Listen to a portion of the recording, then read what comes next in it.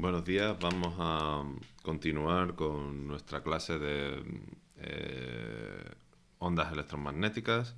Si hacemos un pequeño repaso de lo que vimos en la última lección, estábamos hablando de las ondas electromagnéticas, de cómo eh, eran una solución posible de las ecuaciones de Maxwell, que vimos que lo de las ecuaciones de Maxwell en el fondo era una forma de etiquetar todas las ecuaciones que habíamos visto hasta ahora.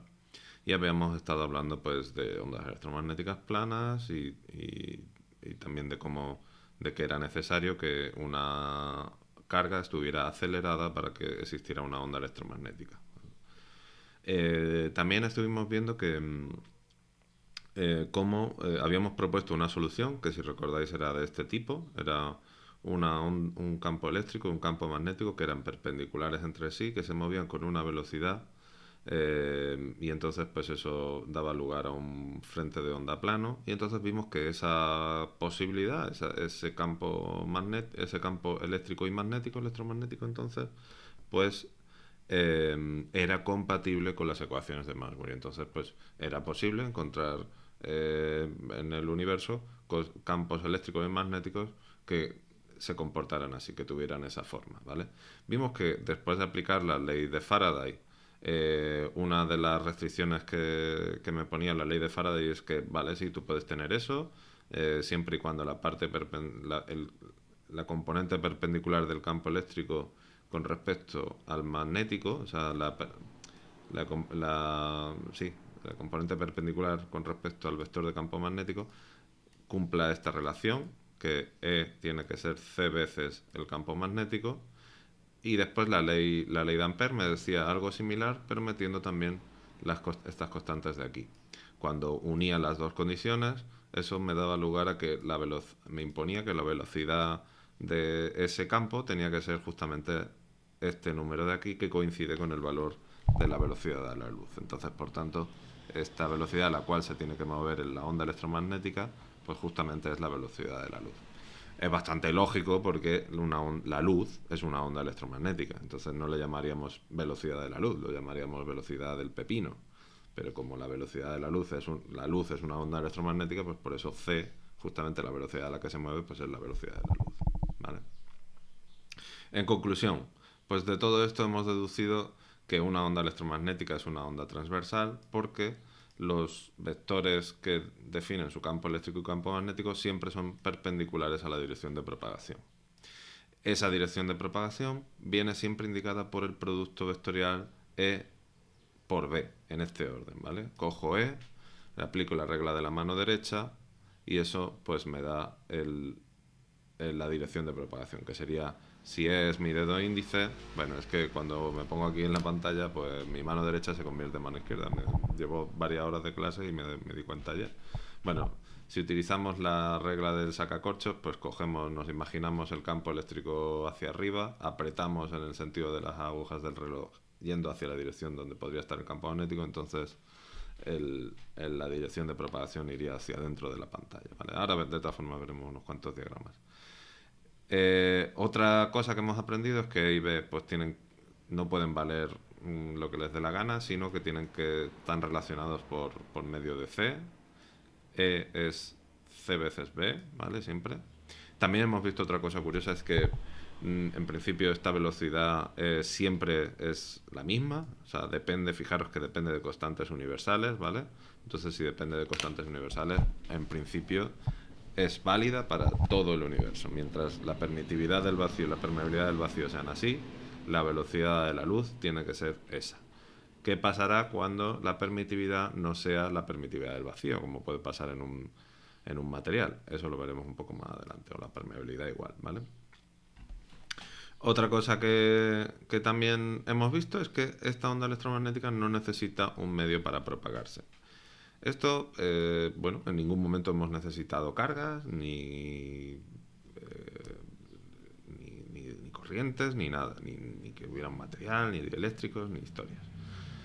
Se propaga en el vacío. Esto ahora quizá no parezca muy relevante, pero a principios del siglo XX, pues la gente estaba como loca con esto, porque, claro, ellos decían que no podía existir una onda que no se propagara en un medio. Entonces, pues eso le llevó a pensar en la existencia de un medio, que era el éter, que tenía que tener unas propiedades muy específicas.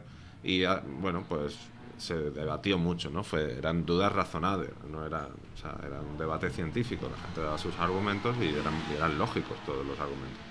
Al final se resolvió un poco este debate porque se hizo un experimento que tuvo un resultado negativo, pero fue un éxito. Porque ese experimento, que era el experimento de Michelson-Morley, lo que buscaban era justamente demostrar que según la posición de la Tierra, pues esperaban ver un cambio en la velocidad de la luz, ¿no? Para eso diseñaron un aparato que era el interferómetro de Michelson-Morley, que era capaz de medir variaciones muy pequeñitas en la velocidad de la luz. Ese aparato les valió el premio Nobel y en contra de lo que se pensaba, lo que descubrieron fue que no había ninguna variación de la luz, lo cual obligó a desechar totalmente la hipótesis de que había un medio como el éter que impregnaba todo el espacio. Ese aparato, entonces, buscaban una cosa, no la encontraron, un resultado negativo, pero fue un éxito porque cambió toda la concepción de la física, ¿vale? Por eso se considera un éxito. Y aún así, bueno, pues ese aparato es muy útil porque sirve para muchas cosas. Se sigue utilizando hoy en día. Tiene una grandísima utilidad precisamente por esa capacidad de medir cambios de la velocidad de la luz de una forma tan precisa, ¿no? Ese aparato o todas esas investigaciones les valieron el premio Nobel a Michelson y Morley, ¿no? Bueno, otra pequeña aclaración que me gustaría destacar es que si os fijáis, aunque nosotros aquí hemos hablado de ondas planas, de frentes de onda plano, por simplificar, en realidad esos frentes de onda plano no existen en la naturaleza. Siempre tienes fuentes que acaban, si las miras desde suficientemente lejos, las fuentes de onda electromagnética pueden considerarse como puntos, ¿no? Y si recordáis un poco lo que vimos en el vídeo de ayer del dipolo eléctrico que se movía, oscilaba y eso hacía una interferencia circular, como puede ser pues esta que estamos viendo aquí, pues esas ondas no son ni mucho menos planas, sino que los frentes de onda, un frente de onda tendría una forma esférica, ¿no? Y por eso los llamamos ondas esféricas. Sin embargo, si nos vamos muy cerquita, es lo mismo que ocurre con la Tierra, la Tierra es esférica, aproximadamente esférica, pero cuando estamos muy cerca de la superficie podemos aproximarla como una superficie plana. Entonces, por eso dependiendo de las circunstancias, puede no ser nada mala una aproximación de frente de onda plano, ¿vale?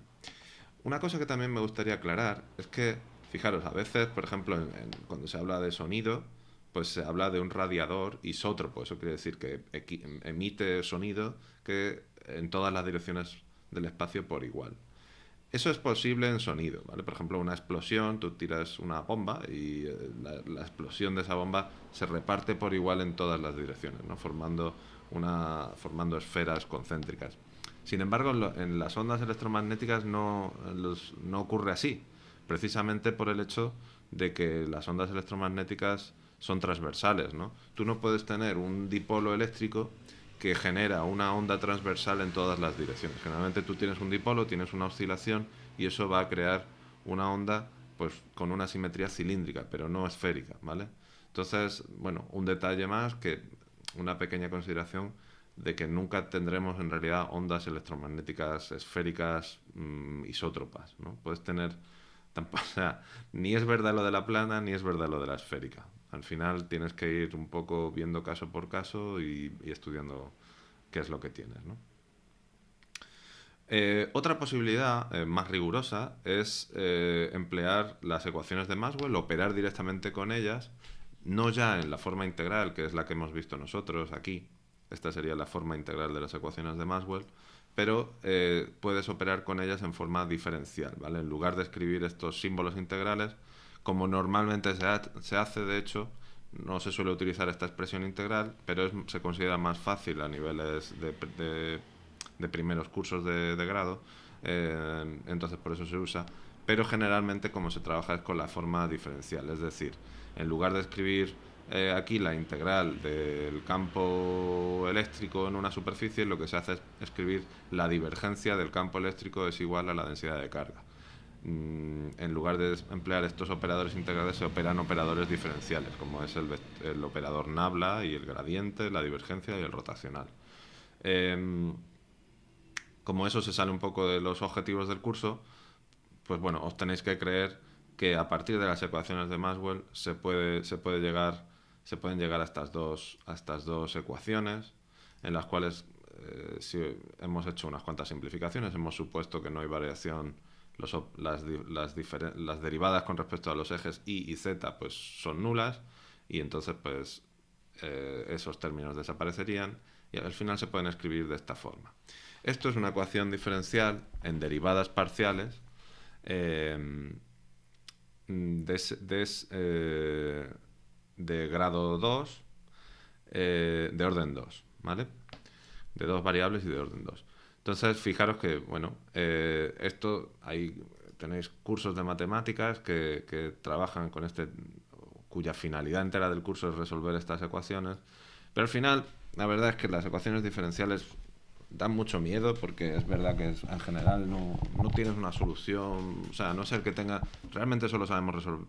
A nivel de grado solo se resuelven 3 o 4 ecuaciones, ya vimos una cuando hablamos de la carga y descarga del condensador, pero y alguna más de primer orden, quizá alguna de segundo orden, pero al final son 3 o 4 y entonces siempre se resuelven de la misma forma. Se propone una solución y se comprueba que esa solución es compatible con la ecuación diferencial, ¿vale? Entonces, fijaros, la solución más común, la más simple, aunque hay otras, es la onda sinusoidal, ¿vale? Entonces, esta ya la habíamos visto antes y entonces habíamos hablado de la función de onda en esta transparencia, aquí la de la función de onda, y justamente esa función de onda se puede proponer como solución de las ecuaciones de Maxwell, ¿vale? Entonces, fijaros que si definimos estas cantidades así, como habíamos hecho ya, pues entonces tendríamos el campo eléctrico de esta forma, el campo magnético de esta forma, y podéis comprobar que cuando sustituimos esta expresión aquí arriba, pues se cumple esto. Si queréis, lo podemos hacer aquí en un momentito, no tardaremos mucho. Ups. Me voy para atrás. ¿Vale? Y entonces, pues lo que me dice la ecuación de onda es que el campo eléctrico, la derivada segunda del campo eléctrico, aquí, es que me voy a coger mejor un folio, uno nuevo, porque si no, no me va a caber. La derivada segunda del campo eléctrico tiene que ser igual a mu sub 0, epsilon sub 0, derivada segunda del campo eléctrico, ¿vale? Y el campo eléctrico hemos propuesto, ¿vale? Esto es lo que nosotros decimos, que tiene esta forma. El campo eléctrico max coseno kx menos omega t, ¿vale? Pues vamos a hacer la primera derivada con respecto al espacio. La primera derivada con respecto al espacio sería, pues fijaros que es E max, y ahora la derivada de esto es el menos seno. Esto dejadme que lo escriba phi, ¿vale? Directamente, es que si no voy a tardar mucho. Y la derivada de lo que hay dentro, que es la derivada de esto con respecto de x, es directamente k, ¿vale? La derivada segunda, pues cojo esto de aquí y lo derivo otra vez respecto de x, y fijaros que me aparece el término k al cuadrado, el signo menos lo conservo, y ahora tengo que hacer la derivada del seno, que es el coseno, que es lo mismo que tengo arriba, y el Emax es lo mismo, entonces esto lo puedo escribir de esta forma, ¿vale? Entonces ya hemos hecho la primera parte, hemos visto que la derivada segunda con respecto de x vale justamente menos k al cuadrado por e, ¿vale? Y todo esto tiene que ser igual a mu sub 0 epsilon sub 0 Y ahora las derivadas con respecto del tiempo, parcial de t, de E max. Fijaros que aquí hago lo mismo, tendría la derivada del coseno, entonces tendría que poner un signo menos, pero como al derivar esto de aquí dentro también tengo un signo menos delante, pues entonces eso se va a cancelar y entonces esto se queda como seno, bueno, perdón, omega, seno de phi, ¿vale? Y la derivada segunda, pues esta vez sí, me aparece ahí un signo menos, pero es por por derivar esa parte de ahí, y entonces esto es omega cuadrado por el signo menos por e, ¿vale? Entonces fijaros que esta segunda derivada es menos omega cuadrado por e. Entonces lo que me está diciendo esta ecuación es que sí, esto es una solución válida de las ecuaciones de Maxwell, porque esto venía directamente de las ecuaciones de Maxwell. Y de nuevo, ¿qué es lo que me está diciendo? Bueno, esto y esto se puede ir. Esto, me dice, esto es una solución válida de las ecuaciones de Maxwell, pero la única condición que te pongo es que K y omega cumplan esta relación. K al cuadrado tiene que ser igual a mu sub 0, epsilon sub 0, omega cuadrado. Si recordáis, mu sub 0, epsilon sub 0 es lo que habíamos visto que era, o podíamos relacionarlo con la velocidad de la luz de esta forma. Y entonces lo que aquí tengo es ni más ni menos que la inversa de la velocidad de la luz al cuadrado, ¿no? Entonces esto es k al cuadrado, omega cuadrado partido por c al cuadrado. Todos los cuadrados se pueden ir. Y entonces tengo que... Esto es verdad siempre y cuando tu número de ondas sea igual a tu frecuencia angular, que es lo que significaba omega, dividido por la velocidad de la luz, ¿vale? O dicho de otra forma, la velocidad de la luz siempre va a ser igual a omega partido por k, que sabemos que es una propiedad fundamental de las ondas porque omega es 2 por pi por f y k es 2 por pi partido por lambda, y entonces esto es lo mismo que lambda por f, que es una propiedad que cumplen todas las ondas, ¿vale? Podemos hacer lo mismo con el campo magnético y llegamos exactamente a la misma conclusión, así que no merece la pena hacerlo. Y bueno, también es verdad que, bueno, dices, bueno, y esto es solo para ondas sinusoidales, ¿no? ¿Qué pasa con las ondas que no son sinusoidales? Bueno, prácticamente todas las señales, todas las ondas electromagnéticas se pueden descomponer en ondas sinusoidales si aplicamos el teorema de Fourier. Entonces, por ejemplo, esta onda que teníamos aquí, que era un pulso, que es verdad que no era una onda sinusoidal, se puede acabar descomponiendo en señales sinusoidales. Eso es un concepto matemático que nos dice que podemos transformarlas en ondas sinusoidales, ¿vale? Como una suma, una superposición de muchas ondas sinusoidales. Vale, fijaros, aquí teníamos, o esto nos está diciendo, el resolver estas ecuaciones estamos hablando de los módulos. Si hubiéramos tenido cuidado, pues también a la hora de derivar estas expresiones que están simplificadas, pues hubiéramos visto que otra condición era que tenían que ser perpendiculares. Y entonces fijaros que una onda sinusoidal, entonces, pues el campo eléctrico es perpendicular, la dirección de propagación aquí la estamos dibujando en el eje X. Si recordáis, cuando hablamos de la fase de las ondas, esto nos decía que se estaba moviendo en la dirección, la fase se está moviendo, la fase constante se mueve en la dirección positiva del eje X, y B tiene que ser perpendicular a esta de aquí, ¿no? De tal forma que al hacer el producto vectorial de E por B me dé la dirección de propagación. Entonces, al hacer el producto vectorial de E, como tienen la misma fase, si esto es positivo, si el campo eléctrico es positivo, B es positivo en el eje Z. Entonces, al hacer el producto vectorial de E por B, pues tengo al final la dirección de propagación va a ser el producto vectorial de I por Z, y eso pues es I por Z es X, ¿no? Si vamos en orden cíclico. Aquí tenéis una representación gráfica de justamente esto de aquí. Aquí podemos ver campo eléctrico en el eje Y, campo magnético en el eje Z. En el eje Y pinto un sinusoide, ¿vale? Empieza en el coseno de cero, de espacio cero, tiempo cero, pues tiene fase máxima, y así, es una onda de las que habíamos visto al principio del tema. Y el campo magnético es perpendicular. Fijaros qué forma tan interesante Cuando es máximo el campo eléctrico, es máximo el campo magnético, porque siempre tiene que cumplirse lo de recordar. E tiene que ser siempre C por B, en cualquier tiempo y en cualquier instante.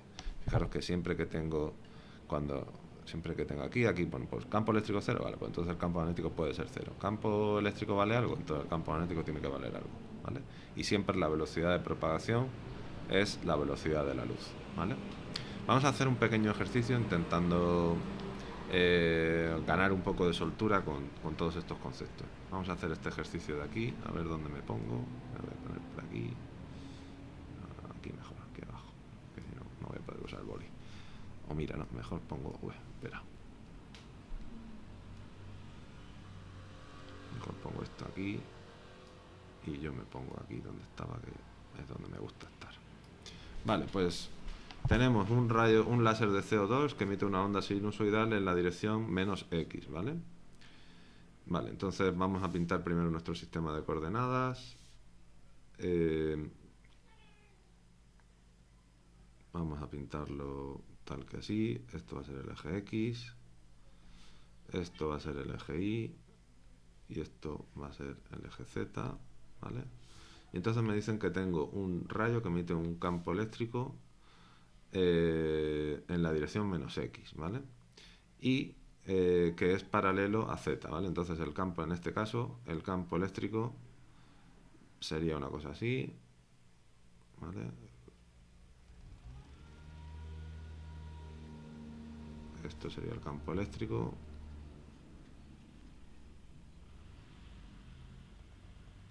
¿Vale? Y está los puntos de fase constante.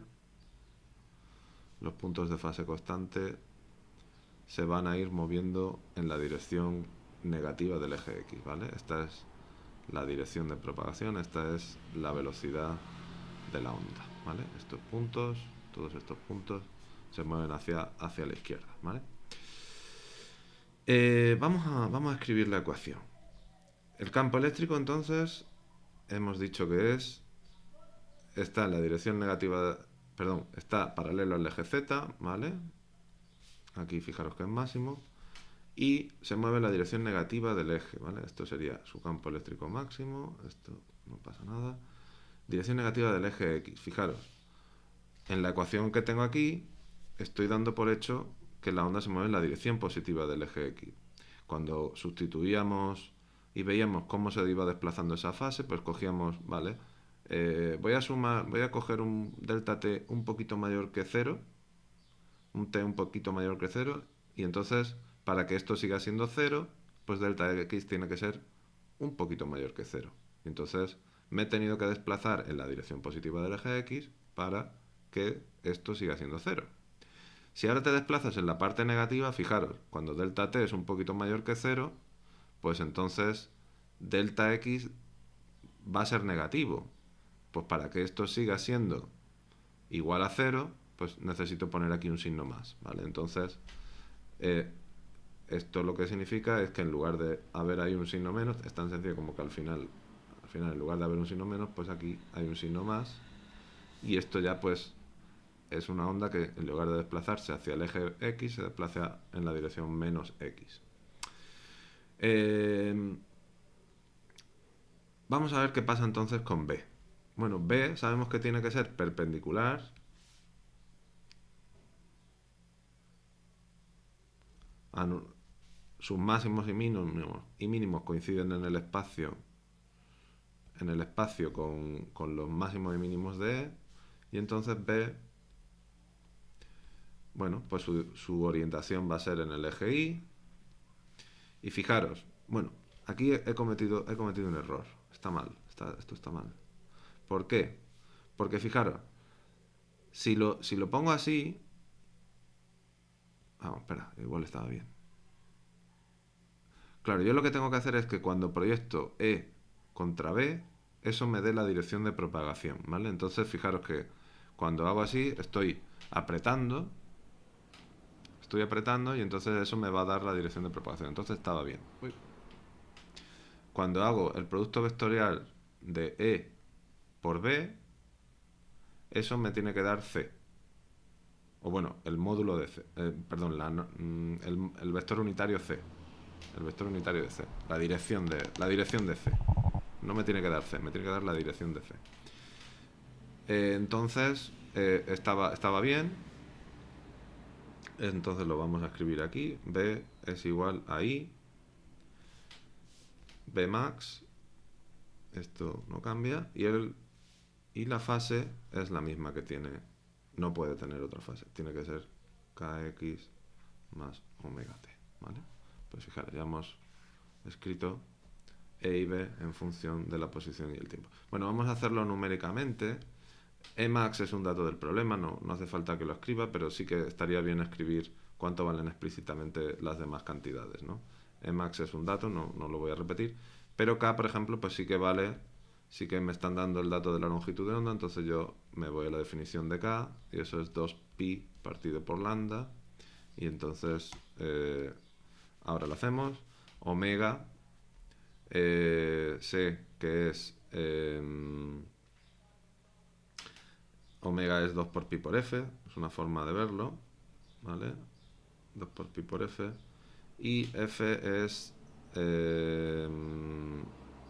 la frecuencia, ¿no? Entonces la frecuencia está relacionada con la longitud de onda de esta forma, c es igual a lambda por f, y entonces esto es 2 por pi por c partido por lambda, ¿vale?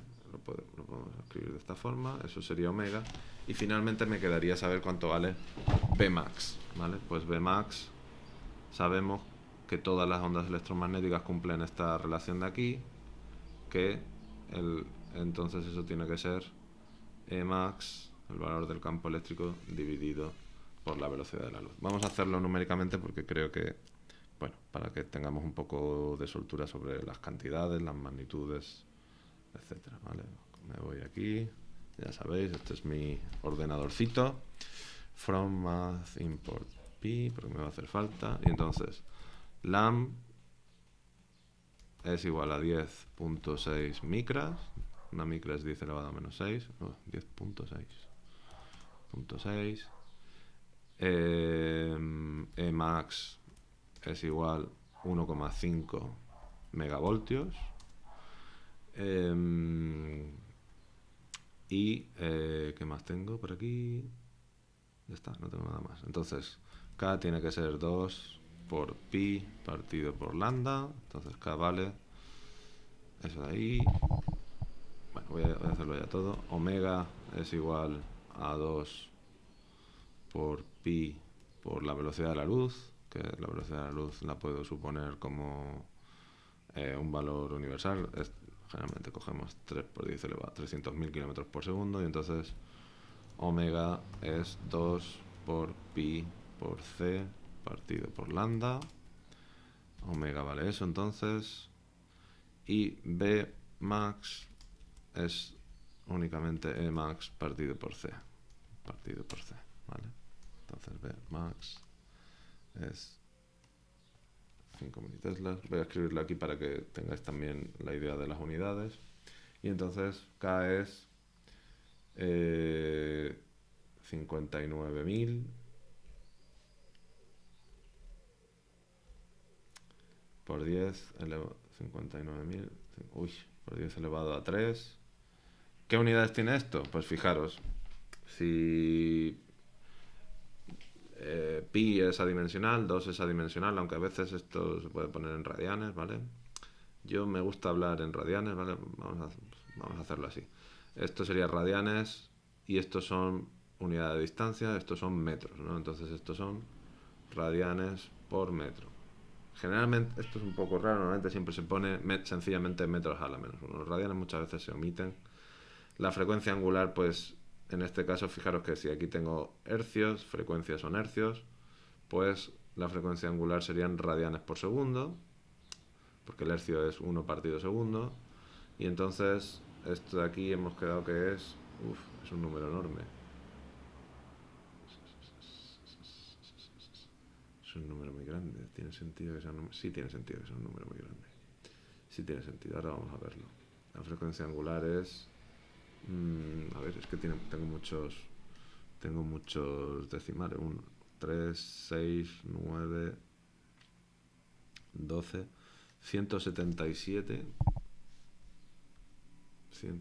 bueno, vamos a poner directamente 178,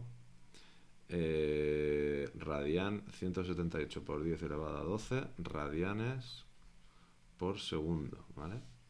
Y el campo magnético es 5 militeslas.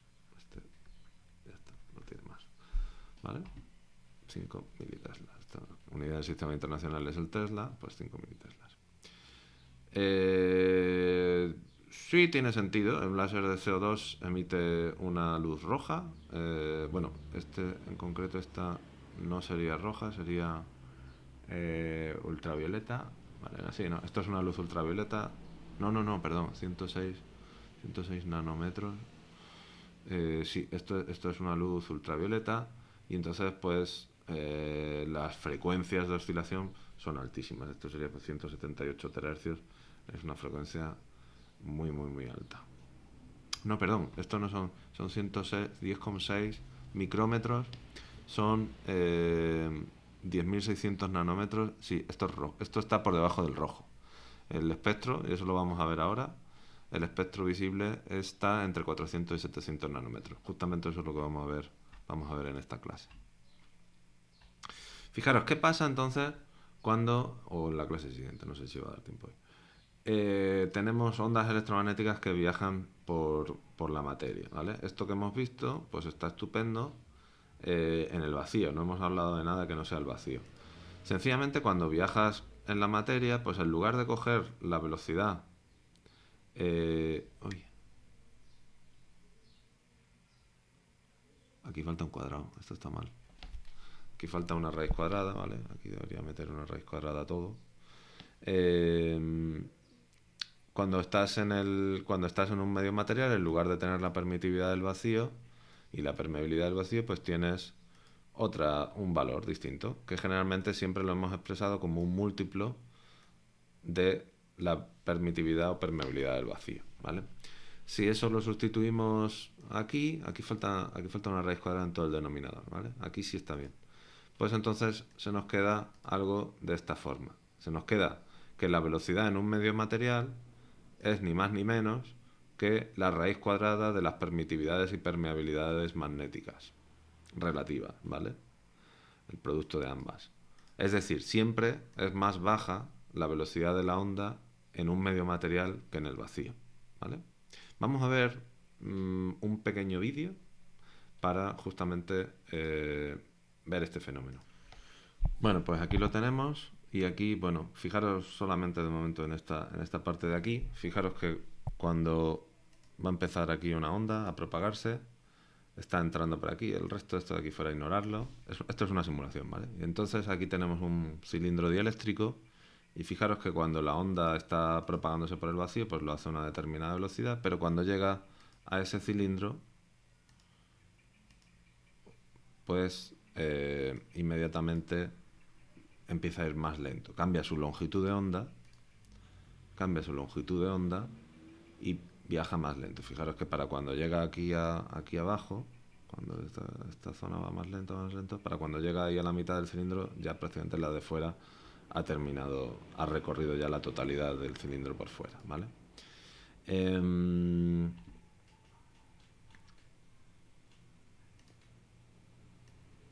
Entonces, pues eso justamente es lo que estamos viendo aquí, es lo que nos dicen las ecuaciones. Cuando tu permitividad relativa es alta, tu velocidad va a bajar, la velocidad de la onda va a bajar. Muchas veces, en lugar de hablar de esto así de esta forma, se utiliza el índice de refracción, que es el cociente entre la velocidad de la luz en el vacío y la velocidad de la luz en el medio. Generalmente, para la mayoría de los materiales, las permitividades son muchísimo más altas que las permeabilidades y entonces, por simplificar, muchas veces hacemos esta aproximación y la permeabilidad magnética se considera como igual a 1 y entonces por eso solamente escribimos esta parte de aquí, ¿vale? Entonces en el índice de refracción pues justamente nos dice eso, el cociente entre la velocidad de la luz en el vacío y la velocidad de la luz en el medio si tienes un índice de refracción mayor que 1, que es lo que tiene que pasar porque siempre la permitividad relativa es mayor que 1, entonces esta raíz cuadrada va a dar un número mayor que 1, pues entonces la luz en ese medio va a ir más lento. En general, esto, la permitividad relativa o el índice de refracción, dependen de la frecuencia. No son constantes para todas las frecuencias. A frecuencias más altas tienes un valor, frecuencias más bajas tienes otro. Eso significa que por ejemplo, pues para el agua tiene este valor para un campo estático, prácticamente estático, pero cuando te vas a la frecuencia del visible, pues baja mucho. Esa variación es muy interesante porque da lugar a un fenómeno de dispersión cromática, que por ejemplo pues es lo que explica que cuando entra en un rayo de luz blanca en un prisma se descomponga en colores o es la base del arco iris. Los alumnos de química verán este fenómeno en más detalle y los de electromagnetismo pues no, conmigo por lo menos no vamos a entrar en ese tema, entraremos en otros. Vamos a hacer este par de ejercicios que son muy sencillitos y solamente el objetivo que tienen es coger un poquito de soltura con estas fórmulas, ¿vale? Me dicen el vapor de sodio caliente de una lámpara emite luz amarilla con frecuencia de 5,09 por 10 elevado a 14 hercios, 509 terahercios, es otra forma de decirlo. Determina la longitud del vacío, la longitud de onda en el vacío, la velocidad de propagación de la onda en el diamante, la longitud de onda... Vale, el pack completo. Bueno, pues la longitud de onda en el vacío. Fijaros, esto es muy fácil, porque sabemos que todas las ondas en el vacío cumplen y en cualquier medio, solo que aquí tendríamos la velocidad del vacío, pues cumplen esta relación, me están dando la frecuencia, entonces lambda en el vacío pues es justamente C partido por F. C partido por este valor.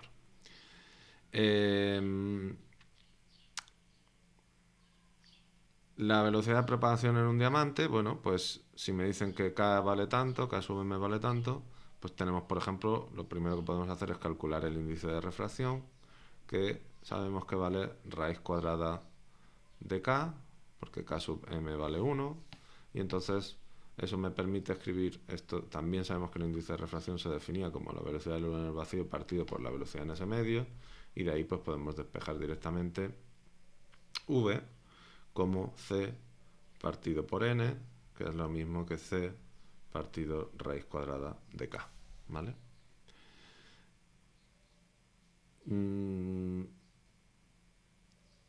Con esto tengo la velocidad de propagación y la longitud de onda. ¿Cómo la saco? Bueno, pues la longitud de onda tenemos la misma expresión que antes. La velocidad en un medio material es lambda por F. Si ahora me ha cambiado la velocidad, la frecuencia no puede cambiar, entonces la longitud de onda es la frecuencia partido por la velocidad. Y ya está, ¿vale? Ya hemos terminado. Es un problema muy facilito. No lo voy a resolver numéricamente porque, bueno, no merece la pena. Si hacemos las cuentas, si hacéis las cuentas, pues, y me dice, como es amarilla, vamos a hablar ya de esto, ya que estamos. El rojo, el color rojo, en el espectro electromagnético, que hablaremos un poco más adelante, está en 400 nanómetros. El azul o el violeta está en 700 nanómetros. Entonces, si es amarilla, pues está más o menos a la mitad. Debería tener en torno, pues yo diría que entre 500 y 600 nanómetros, ¿vale? Quizá un poco más, quizá un poco menos. Si hacéis las cuentas podéis comprobar que la longitud de onda en el vacío debe corresponder con este valor de aquí. Vamos a resolver el segundo problema. Me dice una onda electromagnética en ferrita. Me dice tengo una onda de radio con frecuencia de 90 MHz. Pasa del vacío hacia un núcleo de ferrita aislante, determina la longitud de onda en el vacío, la rapidez de la propagación de la onda en la ferrita y la longitud de onda en la ferrita. ¿Vale? Pues lo mismo de antes, exactamente igual, solo que cambiando K, o en vez de utilizar este valor de aquí, pues utilizamos el índice de refracción como el producto de K por K sub M. Entonces, en lugar de tener pues lo que tuviéramos aquí tenemos 10 elevado a 4 y eso es 100, el índice de refracción es 100, pues la longitud de onda en el vacío es exactamente lo mismo de antes, que no tiene ninguna dificultad. Aproximadamente esto da en torno a 1 metro, ¿vale? Podéis hacer las cuentas. La longitud de onda da en torno a 1 metro. La forma que yo tengo de acordarme es que si la frecuencia, para mí mi valor de referencia son 300 MHz, pues a 300 MHz la longitud de onda es 1 metro, ¿vale? Entonces si tengo 100 MHz, aproximadamente 100 MHz, entonces la longitud de onda aquí son aproximadamente 3 metros, ¿vale? Si la longitud de onda si la frecuencia es 1/3, pues la longitud de onda, si la frecuencia es 1/3, pues la longitud de onda crece por un factor 3, entonces aquí tengo aproximadamente 3 metros. Fijaros, los cuerpos, y esto también es algo que veremos en más detalle en la clase de química, interaccionan, o las ondas tienden a interaccionar de una forma con los objetos que tienen una longitud de onda parecida que tienen un tamaño parecido a su longitud de onda. Fijaros que las ondas de radio, no sé si habéis experimentado esto, pues dependiendo de dónde coloques la radio en una habitación, ¿vale? Pues vas a tener más o menos señal, se va a escuchar más o menos bien, ¿no? Eso ocurre pues justamente porque los objetos cotidianos tienen dimensiones típicas similares a las longitudes de onda de las ondas de radio, ¿vale? Entonces pues interaccionan con objetos, pues si mueves la mesa, pues a lo mejor interacciona con la mesa, rebota de otra manera la señal, ya no pillas tanto, te crea interferencia, etcétera, etcétera, ¿vale? Ese es uno de los motivos. Cuando estoy en un núcleo de ferrita, también otra cosa es que para yo captar señales en general, para captar señales de una determinada longitud de onda, necesito una antena que idealmente tenga un tamaño similar. Pero claro, las antenas de radio no pueden tener 3 metros, yo no puedo ir con una antena de 3 metros por la calle. Entonces, por eso, fijaros que lo que se hace es un truquito, que es que hacer que la onda pase a una ferrita, y entonces vamos a calcular la longitud de onda en esa ferrita, pues es justamente F partido por V, pero es que V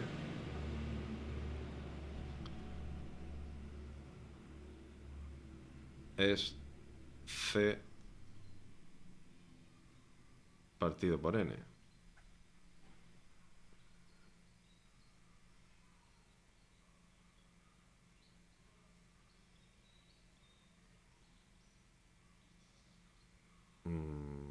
No, me he equivocado, perdón. Uy. Esto no es así. La longitud de onda es lambda por F es V, entonces la longitud de onda es V partido por F, esto sí. Entonces V es C partido, la velocidad de la relación en el vacío partido por N por F.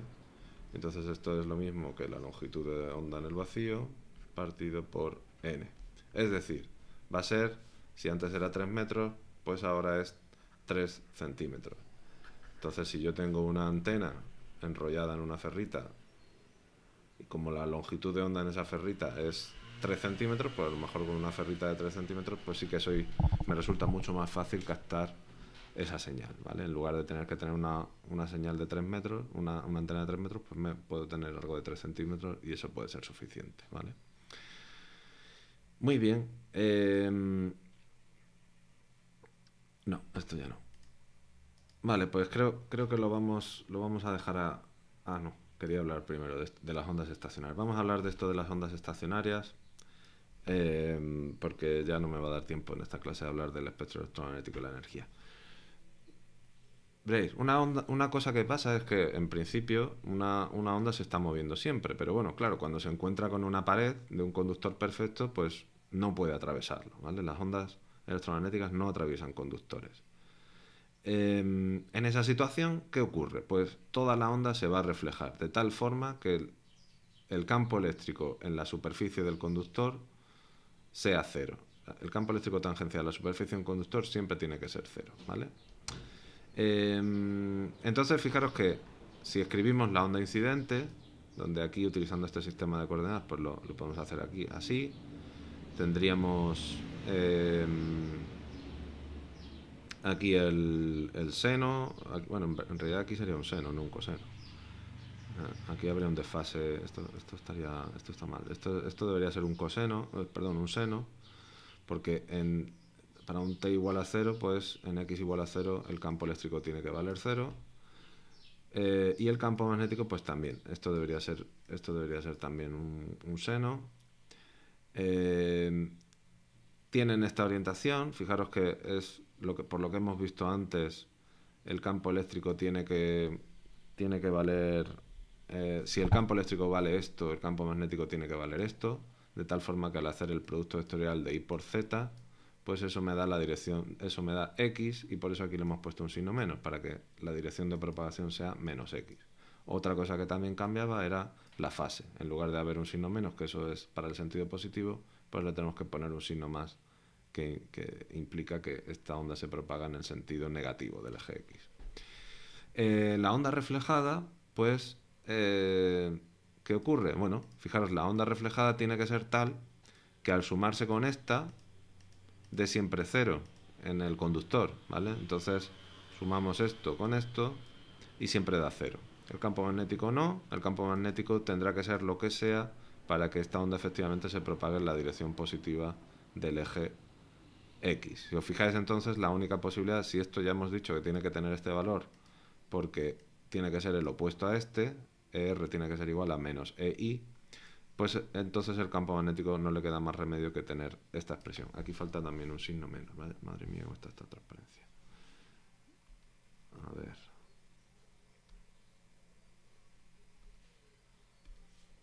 Esto es un signo menos porque se está propagando en la dirección positiva del eje X. Y estos son todos senos. Todo esto son senos. Todo esto de aquí, seno, seno, seno y seno, ¿vale? Bueno, pues la cosa es que para ver el campo total, pues sencillamente tengo que sumar EI y ER, que es verdad que será 0 siempre en el plano conductor, pero en general no tiene por qué serlo. La expresión que resulta, si empleamos lo que sabemos de trigonometría, de cómo se relacionan senos que implican ángulos que se suman, ángulos que se restan, podemos hacer una serie de operaciones y fijaros que se queda de esta forma que es tan curiosa, ¿no?